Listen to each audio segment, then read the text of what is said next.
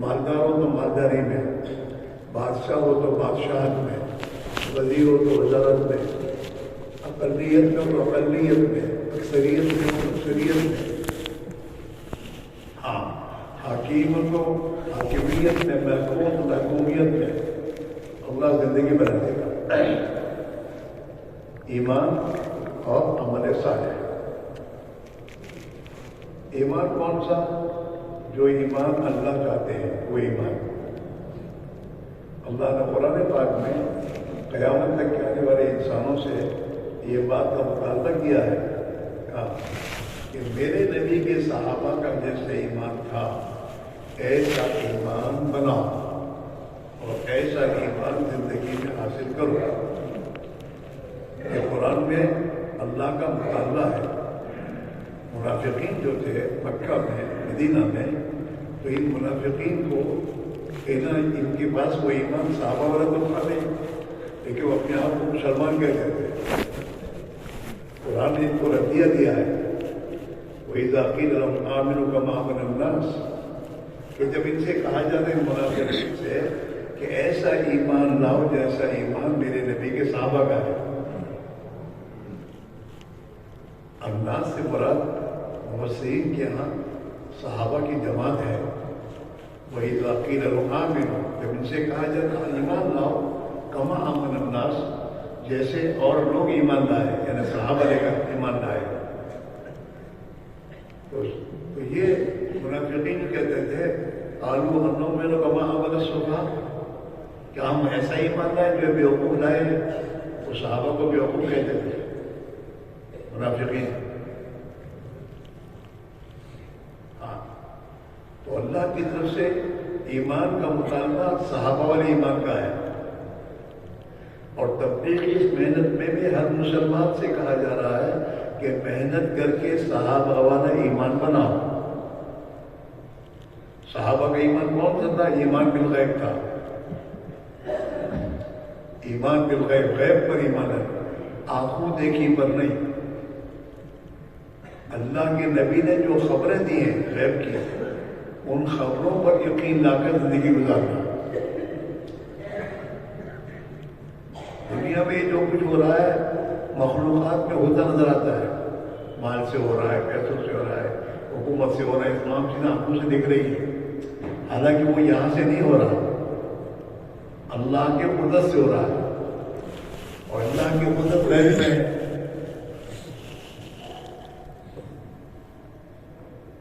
ہاں، قرآن پاک میں اللہ تعالیٰ اس بات کی خبر دے رہا ہے يُدَبِّرُ الْأَمْرَ مِنَ السَّمَاءِ إِلَى الْأَرْضِ، زمین کا پورا نظام اللہ تعالیٰ ہی چلاتے ہیں آسمان سے۔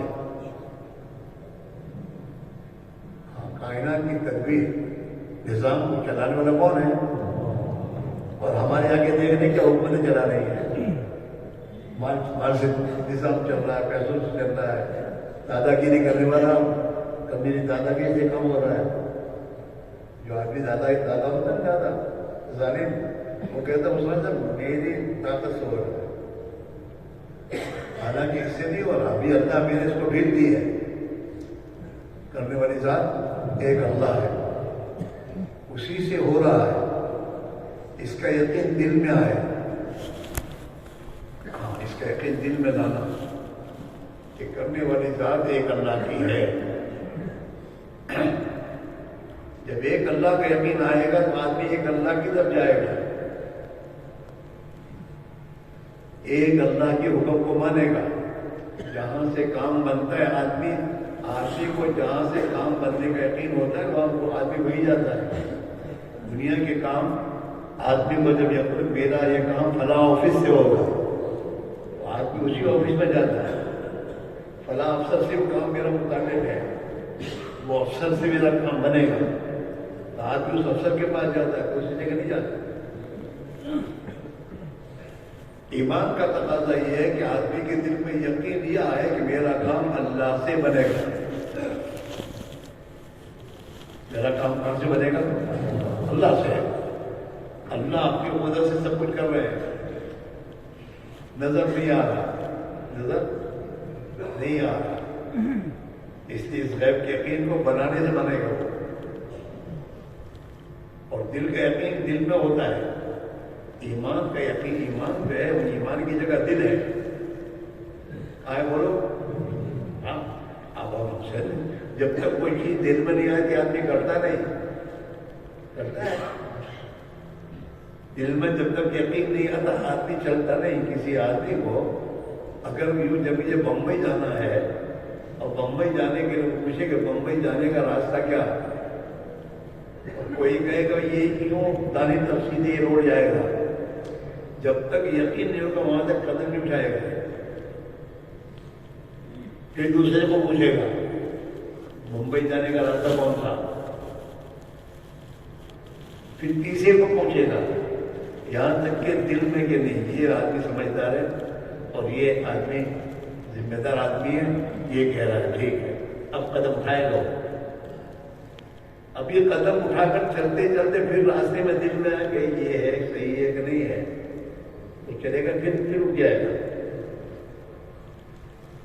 ہاں پھر رکے گا اور پھر پوچھے کہ بھائی صاحب یہ راستہ بمبئی جائے گا. ہاں بھائی بالکل یہ راستہ ہے، آپ بے فکر جائیے، ابھی سے یقین ہو جائے گا. بالکل صحیح ہے. میری بات سمجھ آ رہی ہے؟ آدمی کو جس ملازمت میں تنخواہ ملنے کا یقین نہ ہو ملازمت کرے گا؟ ارے بولو. زندگی کا تعلق یقین سے ہے. ہمارا یقین بگڑا ہوا ہے. اللہ کو چھوڑ کر مخلوق کے ساتھ یقین بنا ہوا ہے. کسی کا مال سے ہے، کسی کا عہدے سے ہے، کسی کا ڈگری سے ہے، کسی سے کچھ بھی ہے. تو وہ جس کا یقین جس چیز پر ہے اس کو حاصل کرنے کے لیے وہ کچھ نہیں سوچتا، حلال حرام ظلم ستم کچھ نہیں سوچتا، یہ چیز مجھے حاصل ہو جائے. یقین میں بنا ہوا ہے. ہاں جس کا یقین مال پر ہے کہ مال سے کام بنے گا، زندگی بنے گی، وہ مال کے حاصل کرنے کے لیے ہر تدبیر کر لے گا. اگر مال چوری سے ملتا ہے تو چوری سے ملے گا، رشوت تو رشوت سے، ظلم سے تو ظلم سے. بھائی کا حق ہے لیکن بھائی کا مدد نہیں کرتا ہے کیونکہ مال نہیں کرتا، مال چلا جائے گا آپ سے. اور مال سے کام زندگی بننے کا یقین اس کو بنا ہوا ہے، حاصل یقین. ہاں جس کا یقین حکومت پر ہے وہ حکومت کو حاصل کرنے کے لیے ہر چیز کر دے گا. آج لوگ دیکھتے ہیں نا کرسی حاصل کرنے کے لیے کیا کیا نہیں کرتے. ہاں تو اس وقت ہمارا یقین بگڑا ہوا ہے. اس بگڑے ہوئے یقین کی بنیاد پر ہماری زندگیاں بگڑی ہوئی ہیں.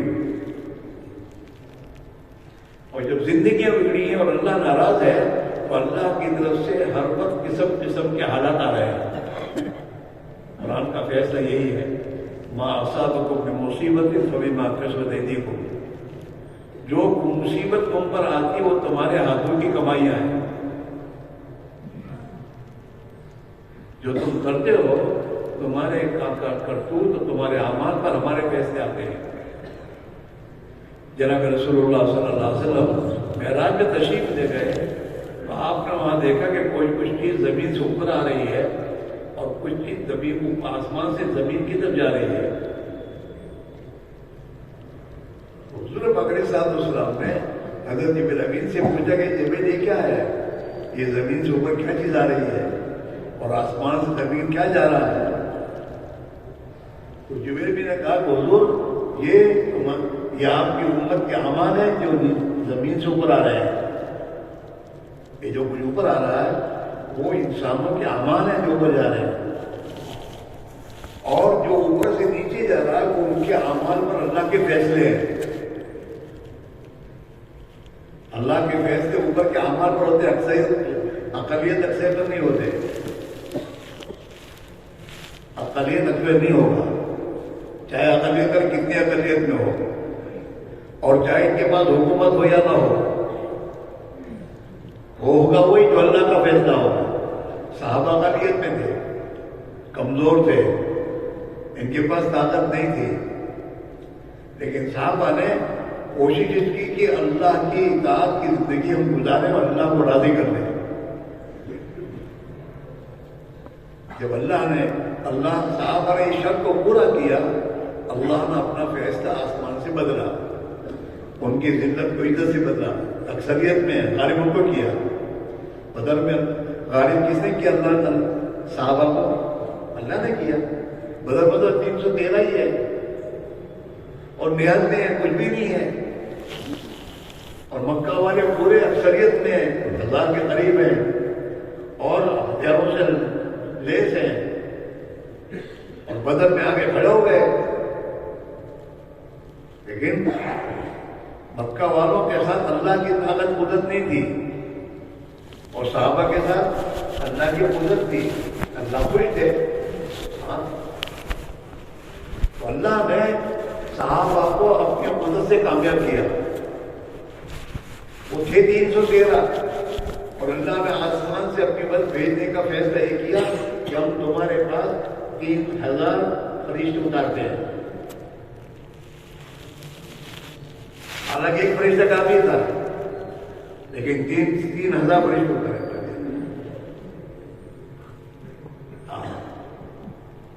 اور مکہ والے جو سوچ کر آئے تھے نا، اس کے خلاف اللہ نے انہیں ناکام کیا۔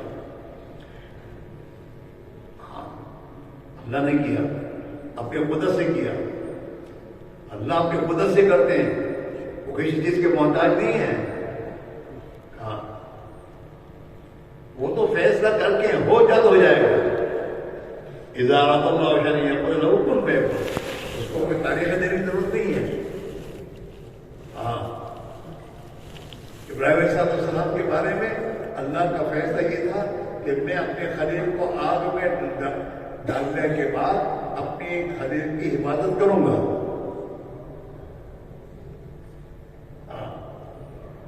اور اللہ نے یہ فیصلہ کیا کہ میرا خلیل آگ میں ڈالا جائے، اور دھکدھکتی ہوئی آگ اس میں ڈالا جائے، اور اسی آگ میں زندہ رکھوں گا اسے۔ فیصلہ اس کا یہ قرآن کہہ رہا ہے، قلنا یا نار کونی بردا وسلاما علی ابراہیم۔ اللہ نے اگر ہم نے کہا، آگ سے کہا، اللہ کا حکم آیا، اصل اللہ کا حکم ہے۔ ہم اللہ کے حکموں کی طاقت نہیں جانتے۔ نماز کس کا؟ اللہ کا، نماز اللہ کا حکم ہے، تو اللہ کے حکم کی طاقت ہم جانتے سے نماز چھوڑ دیتے کہ نماز کتنا بڑا اللہ کا حکم ہے۔ دنیا کی حکومتوں کے حکم کا جانتے، آرڈروں کو، حکومت کا آرڈر ہے، اس کے آرڈر کی ہمارے پاس یہ ہے، اور اللہ کے حکم کا ہمیں اندازہ نہیں کہ اللہ کا نماز کا حکم کتنا بڑا حکم ہے۔ کہ نماز اتنا بڑا حکم ہے کہ اللہ نے اپنے نبی کو معراج میں بلایا، اپنے پاس بلایا، اور اپنے پاس بلا کر پھر نماز کا حکم دیا کہ اب میں آپ کو یہ حکم دے کر اپنا لے کے جائیے۔ ہاں، کتنا بڑا حکم ہے کہ یہ امت جس حال میں بھی نماز پڑھ کر اللہ سے جو مانگے گی اللہ دے گا۔ ہاں، لیکن نماز کون سی؟ یہ جو پڑھتے وہ نہیں، اس نماز پڑھنے عبادت۔ اللہ کے نبی نے کہا سلو کما رأیتمونی اصلی، نماز ایسی پڑھو جیسے میں پڑھتا ہوں۔ کون سی نماز پڑھنی چاہیے؟ نبی والی نماز۔ کبھی پوچھا کون سب سے عالم سے کہ نبی والی نماز کیا ہے؟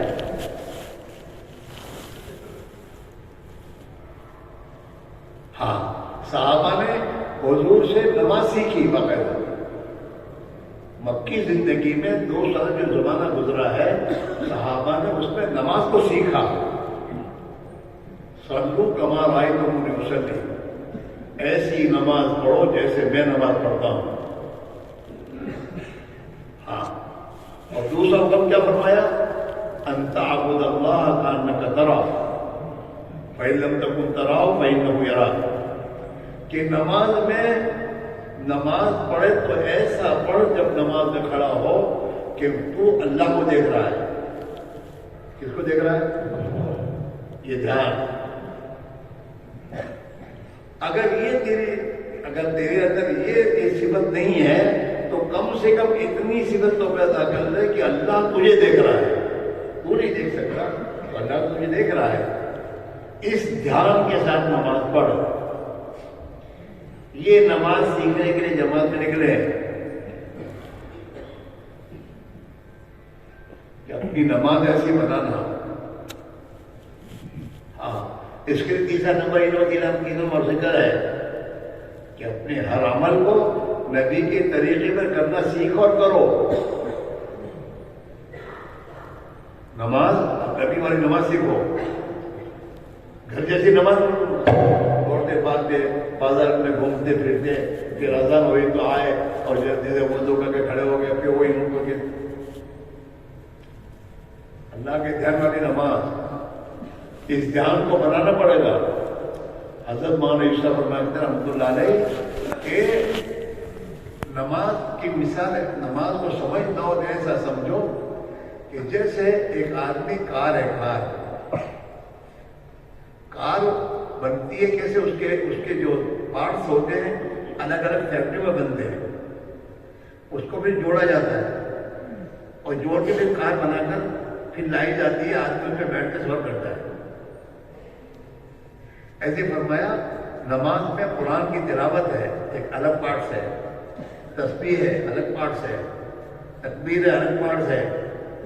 ہاں نماز میں اللہ کا دھیان ہے الگ پارٹس ہے. یہ تمام پارٹس ہیں. ان پارٹس کو پہلے بناؤ. باہر بیٹھو. جماعت میں نکل کر دھیان اللہ کا دھیان بنانے کی مشق کرو. 3 تسبیح روزانہ صبح شام اللہ کے دھیان کے ساتھ قبلے کی طرف بیٹھ کر اس کو تسبیح کو پوری کرو. چلتے چلتے نہیں. کیوں بھی دیکھ رہے ہیں یہ تو آنکھیں جہاں گر رہی وہاں دھیان گر رہا ہے. اللہ کا دھیان تو ہے ہی نہیں. جیسے تعلیم کا وقت نکالتے ہو تعلیم کے وقت میں تعلیم کرتے ہو ایسے ہی اپنے 24 گھنٹے میں اپنی تسبیح کا وقت طے کرو. فارغ وقت میں اجتماعی اعمال کے موقع پر نہیں. وہ جس میں گھومنے جاتے ہیں بازار میں وہ ٹائم ہے تسبیح کا. تو اس میں جاتے ہو کہاں گھومنے تھوڑے آئے ہم لوگ. ہم کو دین کی محنت میں جماعت آئے کلمہ سیکھنے آئے. ہم اپنی نماز سیکھنے آئے. ہم اپنی 24 گھنٹے کی زندگی نبی کے طریقے پر گزارنا سیکھنے آئے. ہم اخلاق سیکھنے. اخلاق کیسے رہن سہن. ہماری 12 آدمی کی جماعت ہے. اس 12 ساتھیوں کے ساتھ ہمیں کیسے رہنا. ہم جس مسجد میں جائیں گے اس مسجد میں مسلمان ہیں ان کے ساتھ ہمیں کیسے رہنا. اب ہمیں سوچنا پڑے گا کہ بھئی یہ ٹوائلٹ تو بنے ہیں یہ تو یہاں کے مسلمانوں نے اپنے لیے بنائے تھے. اب ہم مسجد آ گئے ہیں تو ہم مقامی مسلمانوں کے لیے حرج نہ بنے. ان کو تکلیف نہ ہو اور ہم اپنی ضرورت کو پوری کر لیں. کیا مطلب ہے کہ اذان سے پہلے ہم اپنی حاجت سے فارغ ہو جائیں. ایسا نہ ہو کہ ہم بیٹھے باتیں کریں. اذان ہو گئی باہر مسلم لوگ آ رہے ہیں اپنی پیشہ وغیرہ کے لیے آ رہے ہیں اور ہم لائن میں لگائی کھڑے ہیں تو ہم کو ان کے لیے تکلیف پہنچا رہے ہیں. ہماری لائن لگی ہوئی ہے وضو کے لیے نہیں. ہماری طرف سے اب ہم یہ زندگی سیکھیں کہ ہماری طرف سے مسلمانوں کو تکلیف نہ پہنچے. ہماری طرف سے مؤذن کو تکلیف نہ پہنچے. اس کو مسجد صاف کرنا ہے اور ہم مسجد میں کوڑا کرکٹ ڈالیں گے تو ہم اس کو تکلیف پہنچا رہے ہیں. یہ زندگی سیکھنی ہے. ہماری مشق ہمارے ساتھ جو ہمارے ساتھی چل رہے ہیں ان کے بارے میں ہماری سوچ جو میں ان کو راحت پہنچاؤں. میری طرف سے کوئی تکلیف نہیں پہنچے نہ پہنچے. کھانے میں پینے میں ہاں رات کو آرام کرنے میں ہر موقع پر ہم اپنی زندگی کو سنوارتے ہوئے چلیں. یہ زندگی سیکھنے ہم نکلے ہیں نبی والی. ہاں تو یہ میرے دوستوں 6 نمبر ہے. 6 نمبر زندگی میں لانے کے لیے کلمہ. کرنے کی جگہ کہاں ہے؟ بولو بولو، دل ہے۔ یہ تو زبان سے ہم کلمہ پڑھتے ہیں، اب اس کلمے کو اتارنا ہے دل میں۔ دل اندر میں ہے، دل کہاں ہے؟ اندر ہے۔ اب اندر اتارنے کا راستہ کیا؟ حضرت بھائی سلمان کے رحمۃ اللہ علیہ دل میں اتارنے کے 4 راستے ہیں۔ آدمی جو آنکھ سے دیکھتا ہو دل میں اترتا ہے نا؟ آدمی آنکھ سے دیکھا میرا بیٹا آیا تو کون دل میں محبت ہوتا ہے بچے کی، گود میں لے لیتا ہے۔ آدمی نے دیکھا میرا دشمن ہے، وہ آنکھوں سے دیکھا دشمن تو فون اپنے بچاؤ کی، دل میں اس کی دشمنی سمجھتا ہے۔ آنکھ سے جو چیز کو جس نگاہ سے دیکھتا ہے وہ چیز دل میں۔ پولیس والا بھی ہماری طرح انسان ہے، لیکن وہ وردی میں ہے۔ اب آنکھ سے دیکھا پولیس والا آ رہا ہے تو آدمی اپنا فون راستہ بدل دے گا، ان کے پاس جانا اچھا نہیں۔ ہاں، آنکھوں سے دیکھا کہ مولوی صاحب آ رہے ہیں تو اس کے ساتھ السلام علیکم سلام کرنے جائیں گے۔ آنکھوں نے دیکھا تو آنکھ سے جو دیکھتا ہو دل میں، وہ دل میں اترتا ہے۔ کان سے جو سنتا ہے وہ دل میں جاتا ہے۔ ہاں، دماغ سے جو سوچتا ہے وہ دل میں آتا ہے۔ ہاں، دماغ سے سوچتا ہے یہ جن رہتا ہے، جن رہتا ہے، جن رہتا ہے، تو جن آگے ہاتھ سے دیکھا بھی نہیں کچھ، لیکن سوچتے سوچتے وہ اندر اتر جاتا ہے کہ جن ہوگا میں یاد نہیں جاتا۔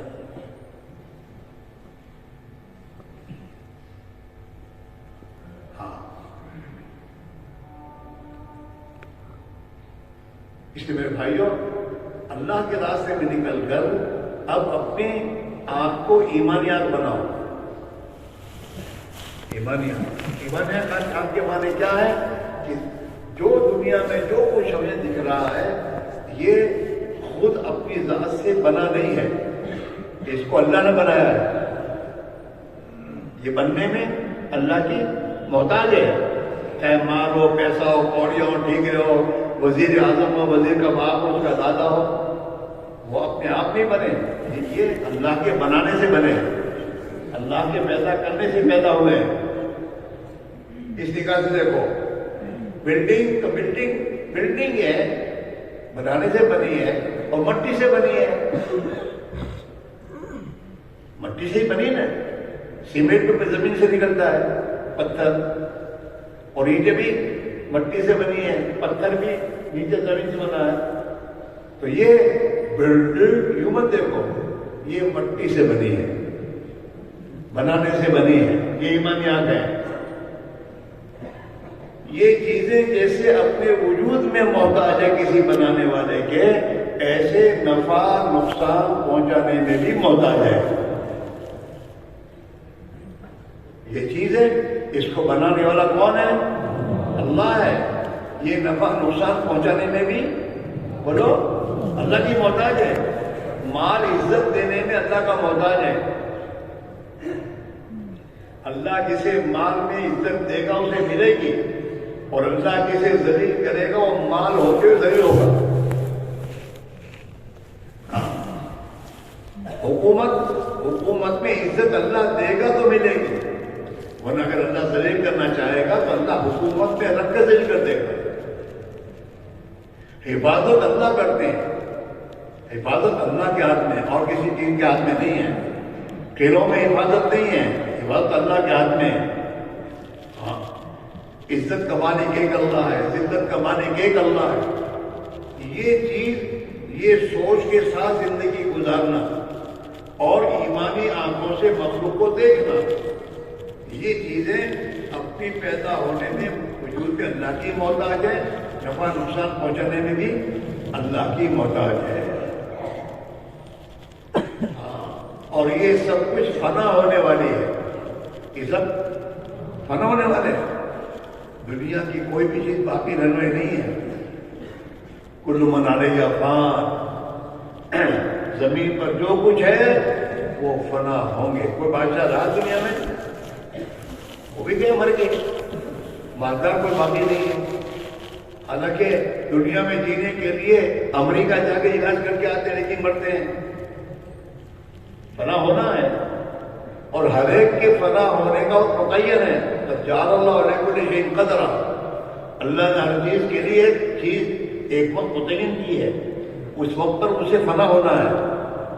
اس پوری دنیا کے فنا ہونے کا وقت اللہ نے قیامت کو بنایا ہے کہ جب قیامت آئے گی تو قیامت میں اللہ اس پوری زمین کو فنا کرے گا. قرآن کو پڑھو، قرآن میں آپ کو ایک پوری آپ کو ملے گی بات کہ سور پھونکا جائے گا، اور سور پھونکے جانے کے بعد یہ پہاڑ روئی کے گالوں کے اندر اڑیں گے. جس اللہ نے انہیں وزنی کیا ہے وہی اللہ اس وزنی پہاڑوں کو ہلکا کر دے گا. وہی جب دماغ سوئی پہاڑ اڑیں گے اور پہاڑ ریزہ ریزہ ہو جائیں گے، اور سمندر میں آگ لگا دے گا تامیہ. وہی جب بہار سمندر میں آگ، تمام تارے آسمان سے گرا دیے جائیں گے. قرآن پاک میں اللہ نے قیامت کا منظر کھینچا ہے. آج اس کو پڑھے اور سمجھے. اللہ نے اپنی قدرت سمجھائی ہے کہ میری قدرت کیا ہے، اپنی پہچان کروائی ہے اللہ نے قرآن پاک میں. اللہ کون؟ الذی رفع السماوات بغیر عمد ترونہا.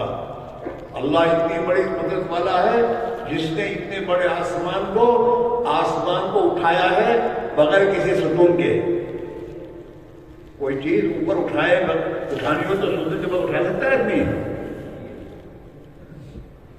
رفع السماوات بغیر عمد، اللہ نے آسمان کو اٹھایا بغیر کسی ستون کے. ترونہا، جیسے تم دیکھ رہے ہو، صرف بول نہیں ہے، تم دیکھ لو اپنے آنکھوں سے کتنا بڑا آسمان جس کا کوئی ستون کہیں بھی نہیں ہے، اور اللہ نے اس کو اٹھایا ہے. ان اللہ یمسک السماوات والارض ان تزولا. اللہ وہ ہے جس نے اتنے بڑے آسمان کو اور اتنی بڑی زمین کو اپنے قدرت سے تھام رکھا ہے. زمین کو اللہ نے پانی پہ بچھایا. زمین کو اللہ نے پانی پر بچھایا ہے، اور اس زمین کو بچھا کر اس پر پہاڑوں کی میخیں لگا رکھی ہیں. زمین اپنی جگہ سے ہٹ نہیں سکتی. ان اللہ یمسک السماوات والارض ان تزولا. اللہ کی ذات وہ ہے جس نے آسمان اور زمین کو تھام رکھا ہے، ذرا بھی اپنی جگہ سے ہٹنے سے روک رکھا ہے. اور ایک ذالتا، اگر آسمان زمین اپنی جگہ سے ہٹے تو کون ہے جس کو روکے؟ کوئی روک سکتا ہے؟ ارے بولو، امریکہ کا باغ روک سکتا ہے؟ اس کے ہتھیار روک سکتے ہیں؟ وَلَئِن سَأَلَكَ إِنْ أَمْسَكَهُمَا مِنْ أَحَدٍ مِّن بَعْدِهِ. اگر آسمان اور زمین اپنی جگہ چھوڑ دے تو اللہ کے سوا کوئی ہے جس کو روکے؟ بڑی طاقت والا ہے، بڑی قدرت والا ہے. اس اللہ کو اندر اتارنے کے لیے ہے. اللہ کو بولو، اس کی قدرت کو بولو. آج مسلمان کو پوچھو کہ اللہ کون ہے؟ اللہ آگے کچھ پتا نہیں اس کا اللہ کو. اللہ کو ہی نہیں جانتا، اللہ کو پہچانتا ہی نہیں. اور اس کو پوچھو منسٹر وہ بول دو منسٹر. اب منسٹر کو اس کی طاقت اور پاور کے اعتبار سے پہچانتا ہے کہ منسٹر کا پاور کیا ہے، اور اللہ کو اس کی قدرت کے اعتبار سے جانتا نہیں ہے. اللہ کا بس اللہ کو اس کی ذات و صفات کے اعتبار سے پہچاننا یہ آئے گا کب؟ جب بولو گے اس کو، اللہ کو بولو گے، اللہ کی بڑائی کو بولو گے، اللہ کتنی بڑی قدرت والا ہے، اللہ کی صفات کو کہ اللہ اتنا بڑا رزاق ہے کہ چوٹی کو بھی وہ روزی دیتا ہے. تمام مخلوقات کا رازق ایک اللہ ہے. اللہ رب اور پرورش کرنے والا ہے ہمارا. ہاں ہمیں اللہ نے پیدا کیا ہے. ہاں جن چیزوں کی پیدا ہونے کے بعد زمین پر آنے کے بعد ضرورت تھی ان تمام چیزوں کو اللہ نے ماں کے پیٹ میں بنایا. آنکھیں ماں کے پیٹ میں بنائی, زبان ماں کے پیٹ میں بنائی, ہاتھ اور پیر ماں کے پیٹ میں بنائے. ہاں دانت ماں کے پیٹ میں نہیں بنائے. دانت بغیر دانت کے پیدا کیا اس کو. پیدا ہونے کے بعد دانت آتے ہیں بعد میں 1.5-2 سال کے بعد. کیوں؟ اللہ جانتا ہے نادان ہے. اگر ماں کے پیٹ سے دانت لے کے جائے گا اور ماں اس کو دودھ پلائے گی تو ماں کے بستان کو کاٹے گا تو اس کو دودھ پلانا چھوڑ دے گی ماں.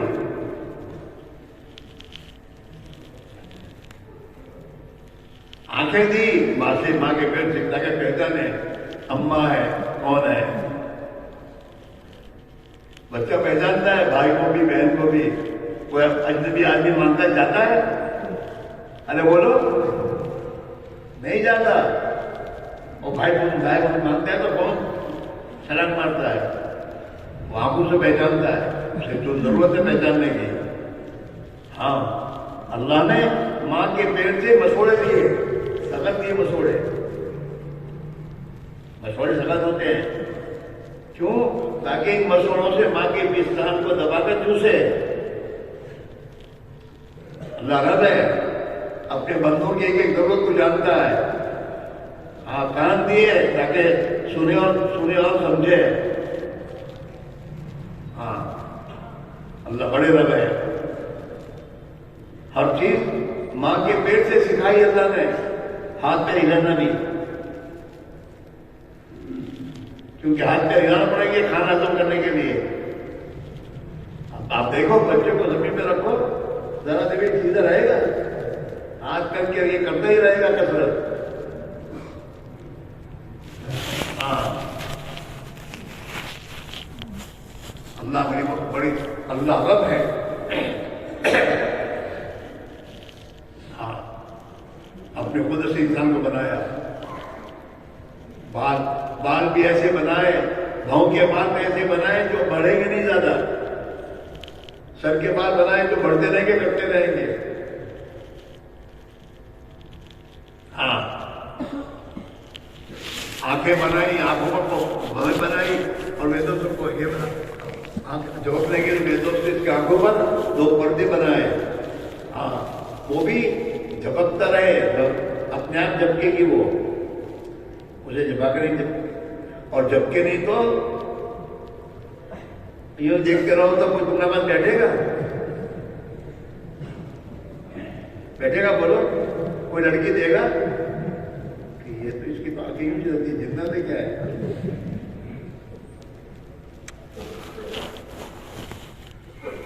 بڑے حکیم ہیں. انسان کو بنائے اپنی قدرت سے.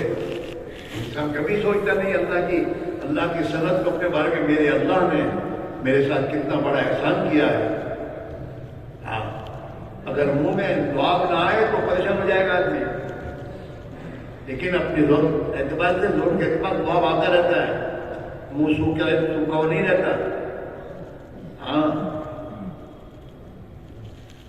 جہاں منہ میں لقمہ ڈالو دو تو لقمہ ڈالنے کے بعد جتنا دعا زیادہ اتنا آئے گا. بیٹھے بیٹھے لوگ زیادہ آئے گا تو پریشان ہو جائے گا. میرے بھائیوں, آدمی سوچے کہ میرا اللہ کتنا بڑا خالق اور کتنا بڑا حکیم. اپنی حکمت کے اعتبار سے میرے دوستوں انسان کی تمام اعضاء کو بنایا اور پورے کائنات کو اس کے لیے بنایا. اس زمین کو اللہ نے اس کے لیے بچھایا. اگر یہ زمین میرے دوستوں کیچڑ والا چل سکتا تھا اور یہ میرے دوست پتھر والی ہوتی تو چل نہیں سکتا. ہاں اللہ کہتے میں نے زمین کو تمہارے لیے فرش بنایا, فرش, تاکہ تم چل سکو. ہاں چمڑی سے کچھ نہیں بنائی ہے. منہ کے اندر کی چمڑی کس نے بنائی ہے؟ اس کی تاثیر الگ ہے. اگر یہ سخت ہوا تو کچھ نہیں کر سکتا. ہاں اور پھر اس میں بھی تاثیر رکھی ہے. کہ کتنا گرم کھا سکتا ہے، ٹھنڈے بھی گرم بھی کھانا پڑ جاتا ہے نا، تو گرمی کے ایک انداز کے اعتبار تو کھاتا ہے، منہ نہیں جلتا، زیادہ قرض جلے گا۔ ایک چیز آج کا انسان کیا سمجھتا کیا ہے کہ اور دنیا آٹومیٹک مشین بنا رہی ہے، آٹومیٹک مشین، اور یہ خود آٹومیٹک وہ اپنے پر نہیں سوچتا کہ میں کتنا بڑا اللہ نے مجھے آٹومیٹک بنایا ہے۔ آٹومیٹک، ہاں آٹومیٹک۔ اگر آدمی میں دوستوں لمبا ہوتا ہی رہتا تو بڑھتا رہتا تو مشکل ہو جاتا، لیکن ایک حد تک آگے رک جاتا ہے، ورنہ تمام عمارتیں توڑنی پڑے، جب میں عمارت توڑنی پڑے تو پریشان ہو جائے گا۔ ہاں ایک حد تک پڑھتے ہیں، زیادہ بڑھے تو نتیجے ہو جائے۔ ہاں انگلیاں ایک حد تک بڑھ کے رک جاتی ہے، تو بڑی جاتی کیا ہے؟ آدمی سوچے تھوڑی دیر کے کہ اللہ نے کیسے انسان کو بنایا، اس لیے اللہ قرآن میں کہہ رہا ہے وفی انفسکم افلا تبصرون، تم اپنی ذات میں غور کرو خدا نے تمہیں کیسا بنایا ہے، تو اللہ کو پہچان لو گے۔ اللہ کو پہچاننے کی محنت ہے، اس کلمے پر محنت کر کے اس کلمے کو دل میں اتارنا ہے، اور دل میں اتارنے کے لیے آنکھ سے دیکھنا، پھر آنکھ سے دیکھ کر ایمانی آنکھوں سے دیکھ کر پھر بولنا ایمان کہ اللہ نے پیدا کیا ہے، اللہ نے بنایا ہے، یہ چیز اللہ کے بننے میں محتاج ہے، نفع نقصان پہنچانے میں بھی اللہ کی محتاج ہے۔ یہ بولو، زبان سے بولو، زبان جب یہ بولے گی تو کان سنیں گے، کان سنیں گے دماغ سوچے گا، اور دماغ سوچے گا تو دل میں اترے گا۔ اب تم تمام سوچو کہ یہ ہمارے یہ راستے کہاں کیسے استعمال ہو رہے ہیں، ایمان کے اعتبار سے ہو رہے ہیں کہ ایمان کے خلاف ہو رہے ہیں، ہماری آنکھیں غلط دیکھ رہی ہیں۔ جو مخلوق محتاج ہے اس کے بارے میں اس سے ہو رہا ہے، مال سے، پیسوں سے، گھوڑیوں سے، ٹیکنوں سے، انسانوں سے۔ ہاں یہ ہمارے آنکھیں دھوکہ کھا رہی ہیں، اور دھوکہ کھا کے دھوکے کی بات بول رہی ہے، یہ کرے گا، وہی کرے گا، وہی کرے گا، اسی کا ڈر اندر اترے گا۔ اللہ کریں گے تو اللہ کا ڈر آئے گا۔ کلمے میں محنت کر کے اپنے دل سے خدا کے ماں سوا جن کا ڈر دل میں ہے اس کو نکالنا ہے، اور ایک اللہ کا ڈر دل میں لانا ہے۔ لا الہ لا الہ کے ذریعے سب کو نکالو، دل کا دل اندر ہے، اس سے ہوگا، اس سے ہوگا، یوں کروں گا تو ہوگا، یوں کروں یہ اللہ کرے گا ہوگا۔ اس کو اتنا بولنا اور اتنا سننا کہ یہ دل میں اتر جائے، اس کا نام ایمان۔ اور اللہ حضور اکرم صلی اللہ علیہ وسلم جو زندگی گزارنے کا طریقہ لے کر آئے ہیں، اللہ اس پر مجھے کامیاب کرے گا۔ یہ بولنا اور اس کو سننا اور اس کو سوچنا یہاں تک کہ یہ دل میں اتر جائے۔ اسی کو 4 مہینے اللہ کے راستے میں کہتے ہیں، ہر سال نکل کر اس کو مشق کرو، اتنی مشق کرو کہ گھر آنے کے بعد بھی زبان یہی بولنے لگے۔ ایمان لوگ کوئی فلاں کرتا ہے، عورت ہے نہیں، اللہ کرتے ہیں۔ گھر والے نے کہا یہ ڈاکٹر کی دوا سے اچھا ہو، یہ ڈاکٹر بہت اچھا ہے، وہ اچھا ان بچوں کو اچھا کر دیتا ہے، تو ڈاکٹر کے ہاتھ میں کہاں اچھا کرنا ہے، اللہ کرتا ہے۔ شفا تو اللہ دیتے ہیں، دوا سے اچھا نہیں ہوتا، اللہ کرتے ہیں۔ اللہ شفا ڈالتے تو شفا ہوتی ہے، اور اللہ کا شفا نہ ڈالے تو دوا کھاتے کھاتے مرتا ہے۔ اور کیا انسپیکٹر کیا ہو جاتا ہے؟ انسپیکٹر دوا کا نفع ہونے کی وجہ نقصان ہوتا ہے۔ کس نے ڈالا اس میں؟ اللہ نے ڈالا، اللہ کرنے والے ہیں۔ اس کو ہی بولنا، دکان پر بھی اس کو بولنا، دکان پر بھی اسی کو سوچنا کہ رزاق اللہ ہے، دکان میری رزاق نہیں ہے، اللہ رزاق ہے۔ میرے بازار میں میری جیسی دکانیں کتنوں کی ہے، مجھے اللہ زیادہ دے رہا ہے کسی کو کم دے رہا ہے۔ اگر روزی دکان سے ہی ملتی تو سب کی دکانیں برابر ہے، سب کو برابر ملتی۔ اللہ قرآن میں کہہ رہا ہے وَفِي السَّمَاءِ رِزْقُكُمْ وَمَا تُوعَدُونَ، تمہاری روزی آسمانوں میں ہے۔ تمہاری روزی کہاں ہے؟ آسمانوں میں ہے، تمہاری دکانوں میں نہیں ہے، تمہارے کھیتوں میں نہیں ہے، تمہاری نوکریوں میں نہیں ہے، تمہاری روزی آسمانوں میں، وہاں سے آئے گی تو ملے گی، ورنہ تنخواہیں رکی رہتی ہیں گورنمنٹ میں بھی، اس مہینے کی تنخواہ آئی نہیں ہے، دکان کھولتے کھولتے تھک جاتا، کچھ ملتا نہیں ہے کیا؟ کہ آسمان سے آتی روزی۔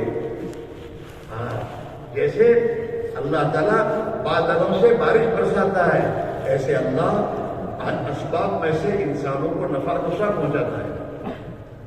اسباب اصل نہیں، اسباب اللہ کی ذات ہے۔ یہ اندر آئے، اس کو اتارنا۔ اللہ بڑے ہیں، باقی پوری مخلوق بولو چھوٹی ہے، حکومتیں چھوٹی ہیں، حکومتوں کے ہاتھ میں کچھ نہیں ہے، سب کچھ ایک اللہ کے ہاتھ میں ہے۔ حکومتیں جو چاہیں گی وہ نہیں ہوگا، اللہ جو چاہے گا وہ ہوگا۔ فرعون نے جو چاہا وہ نہیں ہوا، قرآن اس بات کی شہادت دے رہا ہے۔ فرعون کو اللہ نے حکومت دی تھی اور ظالم تھا، اور اپنی حکومت کا قانون اس نے جاری کیا تھا کہ بنی اسرائیل کے بچوں کو ذبح کیا جائے گا اور ان کو زندہ نہیں رکھا جائے گا۔ لیکن میرے بھائیوں، فرعون کی اطاعت نہیں ہوئی۔ فرعون یہ چاہتا تھا حضرت موسیٰ میری حکومت میں پیدا ہی نہ ہو، زندہ ہی نہ رہے تاکہ میری حکومت باقی رہے، لیکن اس کا پلان اللہ نے ناکام کیا، اور اللہ نے جو چاہا وہی ہوا۔ اللہ نے فیصلہ یہ کیا تھا کہ موسیٰ پیدا ہوں گے فرعون تیری حکومت میں، اور تیرے محل میں ان کی پرورش کی جائے گی، اور تیرے مال سے ان کی پرورش کی جائے گی۔ یہ اللہ نے فیصلہ کیا تھا۔ جب موسیٰ پیدا ہوئے، وہ پیدا ہو کے فرعون کے بنگلے میں اور محل میں پہنچائے گئے، اور پھر میرے دوستو فرعون کے محل میں پہنچا کر حضرت موسیٰ کی ماں کو اللہ نے اپنی قدرت سے محل میں پہنچایا اور ان کا دودھ پلایا، اور فرعون نے اس کی تنخواہ دی۔ ہمارا یہ حکومت کچھ بھی نہیں ہے، تو صحیح سدھر، او مسلمان کے بچے تو سدھر، تو بگڑا ہے، تیرے بگڑنے پر خدا نے تیرے حالات بگاڑے ہیں، اور خدا کی قسم جب تک تو صحیح نہیں ہوگا تیرے حالات صحیح نہیں ہوں گے۔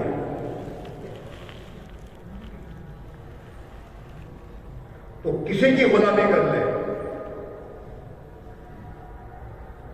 تو صحیح ہو جائے۔ جناب رسول اللہ صلی اللہ علیہ وسلم نے 1400 سال پہلے مدینہ منورہ میں قیامت تک کے آنے والے انسانوں کو پیغام دیا ہے۔ ہاں، پیغام ہے آپ کا، من اصلح ما بینہ وبین اللہ اصلح اللہ ما بینہ وبین خلقہ، جو اپنے اور اللہ کے درمیان کے معاملے کو درست کر دے گا، اللہ اس کی اور مخلوق کے درمیان کے معاملے کو درست کر دے گا۔ کہ محمد سے وفاتوں نے تو ہم دے رہے ہیں کہ جہاں چیز ہے کیا لوح و قلم دے رہے ہیں، تو صحیح تو نے اللہ کے نبی کی غلامی کی، خدا نے دنیا میں تجھے عزت دے دی تھی، تو نے اللہ کے نبی کی غلامی کو چھوڑا اور دنیا کے کتوں کی غلامی کرنے لگا، تو اللہ نے تجھے ذلیل کر دیا۔ تیری حکومت میں رہ کر تو ذلیل ہے، پیٹرول کے جتھے تیرے پاس ہے تو ذلیل دنیا میں ہے۔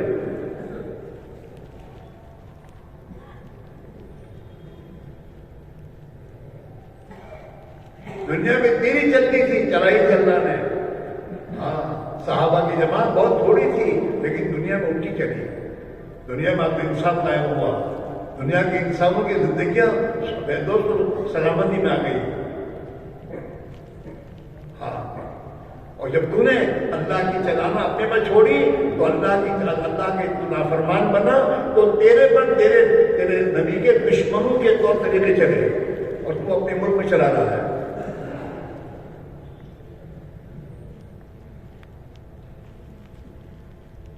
مسلمان کا بچہ اپنے کاروبار میں اللہ کے نبی کی چلا رہا ہے، اللہ کے نبی کے دشمن کی چلا رہی ہے، ان سے مشورہ کرتا ہے.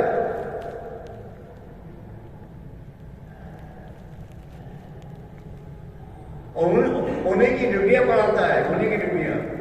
ہاں، اور ڈگریاں پڑھا کر تاکہ انہیں کے طرف پر دنیا میں نظام چلائے. کیا ہوگا؟ اللہ کے نبی کا پیغام ہے کہ جو اپنا اور اللہ کے درمیان معاملہ ٹھیک کر دے گا، اللہ مخلوق اور اس کے درمیان کے معاملے کو ٹھیک کر دے گا. حالات کو اللہ ہی بدلے گا، کسی کے باپ کے ہاتھ میں حالات کے بدلنے کا یہ نہیں ہے. جہاں سے حالات آئے ہیں وہیں سے حالات درست ہوں گے، اور وہاں سے حالات درست کرنے کے لیے اپنے کو ٹھیک کرو. اب تک جو زندگی گزر رہی ہے اس سے معافی مانگو اللہ سے کہ اللہ معاف کر دے. پوری مسلمان کو معافی میں لگاؤ. ایک مسلمان کو سمجھے جو بھی تمہیں پریشانی لے کر آئے اس کو کہو بھائی کو معافی مانگے، اپنی غلط زندگی سے معافی مانگ.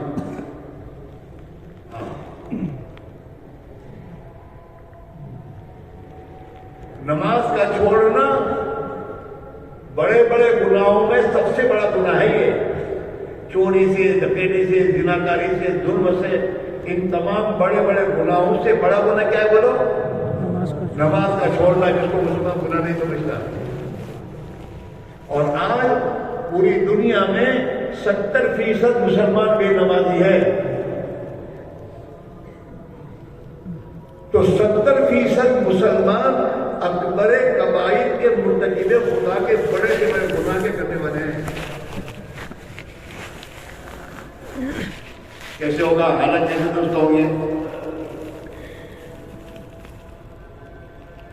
اس میرے بھائیوں ایک محنت ہے اپنے کو سنبھالنے کی، اور امت کے پاس جا کر ایک مسلمان کی خوشامد کر کے اسے اس محنت میں نکلنے کی میدوں سے فکر کرنا، تاکہ وہ اللہ کے راستے میں نکلے، ایمان بنائے، اپنی نماز بنائے، اپنے آپ کو اللہ کا بندہ بن کر جینے والا بنے، اور دوسرے انسانوں میں نبی علیہ السلام کا دین آئے، اس پر اپنی جان مال لگائے.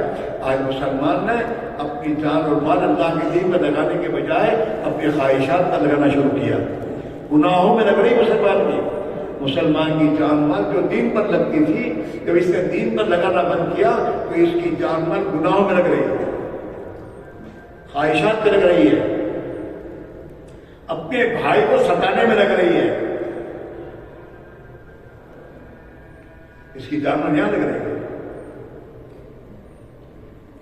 اس لیے میرے بھائی کہا جا رہا ہے خود بھی ہم اللہ کے راستے میں جان اور مال کی قربانی کے ساتھ نکلیں، اور نبی والی محنت میں اپنے آپ کو لگائیں، ایمان کی محنت میں، اعمال کی محنت میں، اور پھر اللہ سے دعا مانگے کہ اللہ ہمیں ایمان دے دے. ایمان کی محنت کر کے مانگو تو ایمان ملے گا. ایمان کی محنت کے یہ بغیر آدمی مانگے تو کیسے ملے گا؟ کھیتی والا کھیتی کر کے نہیں مانگتا کہ اللہ میں میرے کھیتی میں برکت ہے تو اللہ دیتے ہیں. کھیت میں جائے گا تو مجھے میرے کھیت میں برکت ہو جائے گا. آج دوسرا کہا ہے گناہوں کی زندگی گزار رہا ہے اور دعا کرانے مرثا کے بعد مرثا دعا کرو اللہ مجھے ہدایت دے. پاگل کے بچے.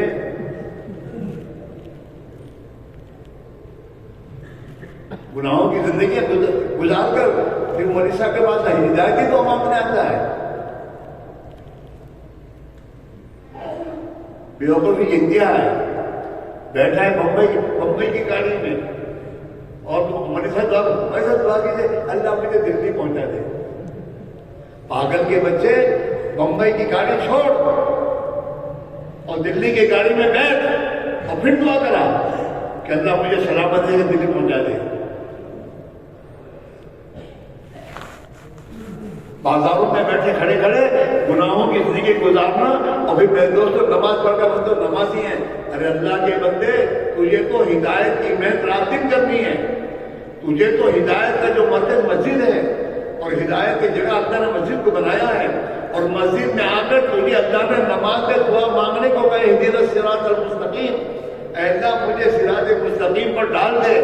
تو جو جگہ تجھے ہدایت ملنے کی ہے وہاں تو رہتا نہیں، نہ آتا ہے نہ بیٹھتا ہے اعمال میں، اور بازار میں اپنی زندگی برباد کر کے دعا کراتے رہتے ہدایت کی.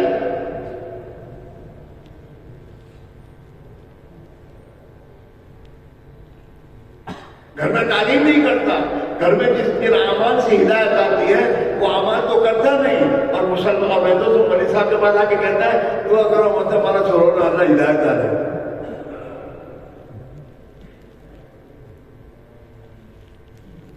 بچہ بیمار ہے، دوا کرتا نہیں کہ صبح دعا کرو ہمارا تھوڑا اچھا دے جائے. پاگل ہے، کیسی باتیں کر رہے ہو؟ شیطان کا چکر ہے یہ. اس میرے بھائی میرے دوست اللہ کے لیے کہتے ہیں اپنے ہاتھ پر رحم کھائیں. اگر دنیا میں یہی غلط زندگی گزار کے موت آ گئی تو اللہ ہی بہتر جانتا ہے. خدا میں اپنے عذاب سے بچا دے. ہاں، کسی نے بھائی کہہ رہے ہیں ہر سال 4 مہینے کے نظام بناؤ اپنے ایمان کو بنانے. ہاں، صحابہ والا ایمان ہمارا بن جائے، صحابہ والی زندگی خدا ہمیں دے دے تاکہ صحابہ والی مدد خدا کی ہمارے ساتھ ہو جائے، اور اللہ تعالیٰ